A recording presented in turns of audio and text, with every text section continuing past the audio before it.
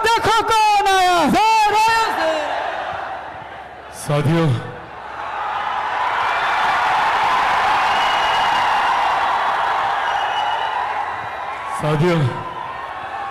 आज आप लोगों के बीच एक खास उद्देश्य से, एक खास लक्ष्य से कार्यक्रम, एक खास लक्ष्य से आप लोगों के बीच आया हूं। आप सब जानते हैं कि बिहार में अब कुछ महीनों के बाद बिहार में विधानसभा के चुनाव होने वाले हैं और ये चुनाव निर्धारित करेंगे हम लोगों के आने वाले 5 साल का भविष्य। ऐसे में जब हम लोग इस चुनाव की दहलीज पर मौजूद हैं, कई ऐसी जानकारियां हैं जो मेरे लिए आप सबके साथ साझा करना जरूरी है। आज भी आजादी के 75 साल के बाद भी आज भी हम लोगों को इस बात की तकलीफ होती है कि भैया क्यों बनिस्बत बाकी राज्यों के हमारा बिहार एक विकसित राज्य नहीं बन पाया। क्यों आज भी छोटी छोटी मूलभूत जरूरतें हम लोगों के लिए सबसे बड़ी समस्या बना हुआ है। हकीकत है कि भारत एक साथ आजाद हुआ, भारत के तमाम प्रदेश एक साथ आजाद हुए, तो फिर क्या कारण कि कहीं दिल्ली बंबई जैसे चमचमाते शहर बने और वही हमारा प्रदेश बिहार जो आजादी के 75 साल के बाद भी एक पिछड़ा राज्य कहलाता है। कौन लोग जिम्मेदार हैं, किनकी जवाबदेही है? ये चुनाव वो जवाबदेही तय करने का समय है। ये चुनाव वो जिम्मेदारी को स्थापित करने का समय है और उन लोगों को, जिन लोगों ने बिहार को आजादी के 75 सालों के बाद भी बिहार को पिछड़ा बनाए रखा, उन लोगों को जवाबदेह करने का समय है। साथियों, आज सबसे बड़ी विडंबना हमारे राज्य की जिस तरीके से हम लोगों को बांटा जाता है। आप चले जाइए किसी भी दूसरे राज्य में, उस राज्य के लोग एकजुट होकर, एकत्रित होकर अपने राज्य के विकास की बात करते हैं। पर दिक्कत यह कि हमारे राज्य में कई ऐसे राजनीतिक दल और कई ऐसे राजनेता हैं जो हमें सिर्फ जात पात धर्म मजहब में बांटने की राजनीति करते हैं। हमें बांटकर वो अपनी राजनीतिक रोटियां सेकने का काम करते हैं। बिहार की एक पुरानी पार्टी जिसको लंबे समय तक 15 साल तक मौका दिया बिहार की सत्ता में काबिज होने का, बिहार की जनता ने लगातार 15 साल तक राष्ट्रीय जनता दल उनके नेताओं पर विश्वास किया, पर बदले में उन्होंने क्या किया? बदले में हमें सिर्फ जात पात धर्म मजहब में राजनीतिक रोटियां सेकते गए और हमारे घर बर्बाद होते गए। आज कितने घर से वो हमें जातीयता और सांप्रदायिकता में बांटकर अपनी राजनीतिक रोटी सेकने का काम करते हैं। क्या कहते हैं राष्ट्रीय जनता दल वाले कि हमारा MY समीकरण है। क्या है भैया MY समीकरण? सांप्रदायिकता और जातीयता में प्रदेश को बांटने के नाम को इन्होंने MY समीकरण कहने का काम किया।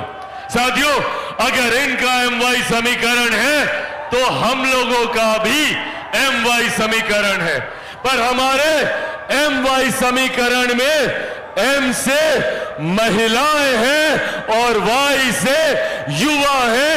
ये हमारी ताकत है। युवा जो देश की सबसे बड़ी आबादी है और महिला जो देश ही नहीं दुनिया की आधी आबादी है। साथियों, इसकी सोच के साथ बिहार फर्स्ट, बिहारी फर्स्ट आगे बढ़ने का काम कर रहा है। हम चाहते हैं कि बिहार की हर एक महिला, हर एक बच्ची, हर एक बेटी, हर एक बहन को उसका हक, अधिकार सम्मान के साथ मिले। बिहार फर्स्ट, बिहारी फर्स्ट चाहता है कि मेरे प्रदेश के युवाओं को शिक्षा के लिए, रोजगार के लिए बिहार छोड़कर बिहार से बाहर ना जाना पड़े, बल्कि आपको बेहतर शिक्षा, बेहतर रोजगार अपने ही राज्य में मिले, अपने ही जिले में मिले, अपने ही प्रखंड, अपनी ही पंचायत, अपने ही गांव में मिले। इस सोच के साथ बिहार फर्स्ट और बिहारी फर्स्ट आगे बढ़ने का काम कर रहा है। पर इन लोगों ने, पर इन विपक्षी दलों ने हम लोगों को एकजुट होता देख साम दाम दंड भेद पूरी ताकत आजमा दी कि किस तरीके से पुनः हम लोगों को बांटा जाए। बात बात पर हम लोगों को डराने का काम किया, बात बात पर हम लोगों के बीच डर और भय का माहौल उत्पन्न कर हम लोगों से वोट लेने का प्रयास ये राजनीतिक दल करते रहे। आज जब मैं गया जी की धरती पर यहां पर मौजूद हूं, याद कीजिए वो लोकसभा का चुनाव, क्या कहते थे ये विपक्ष के दल नेता, ये राष्ट्रीय जनता दल कांग्रेस वाले, किस तरीके से लोकसभा के चुनाव में हम लोग को डराने का काम करते थे। कहते थे कि भैया अगर केंद्र में तीसरी बार एनडीए की सरकार आ जाएगी तो आरक्षण समाप्त कर दिया जाएगा, लोकतंत्र की हत्या कर दी जाएगी, संविधान समाप्त कर दिया जाएगा। आज 1 साल से ज्यादा हो गया हम लोग की केंद्र की सरकार को, बताइए किसका आरक्षण छीना गया, कहां का लोकतंत्र खत्म हुआ, या किस देश का संविधान समाप्त कर दिया गया। साथियों, जिस गठबंधन में हमारे नेता आदरणीय रामविलास पासवान जी के विचार हो, जिस गठबंधन में लोक जनशक्ति पार्टी रामविलास शामिल हो, आज आप लोगों के सामने गया जी की इस पावन धरती से आप लोगों के सामने ये वादा आप लोगों से करके जाता हूं कि जब तक चिराग पासवान जिंदा है, ना आरक्षण को कोई खतरा है, ना संविधान को कोई खतरा है। पर हां, खतरा है तो इन विपक्षी दल के नेताओं से, ऐसे राजद कांग्रेस के नेताओं से जो बात बात पर हम लोगों को बांटकर अपनी राजनीतिक लाभ उठाने का प्रयास करते हैं। साथियों, आज जब बिहार फर्स्ट, बिहारी फर्स्ट महिलाओं के सम्मान की बात करता है, बुजुर्गों के सम्मान की बात करता है, युवाओं के हक की बात करता है, किसानों की बात करता है, मजदूरों की बात करता है, तो इन लोगों को बिहार फर्स्ट, बिहारी फर्स्ट को समाप्त करने की साजिश रचने का काम करते हैं। ये लोग नहीं चाहते कि चिराग पासवान एक सांस में 14 करोड़ बिहारियों की बात करे। ये लोग नहीं चाहते कि चिराग पासवान बिहार को फर्स्ट और बिहारियों को फर्स्ट बनाने का काम करे। और उसके लिए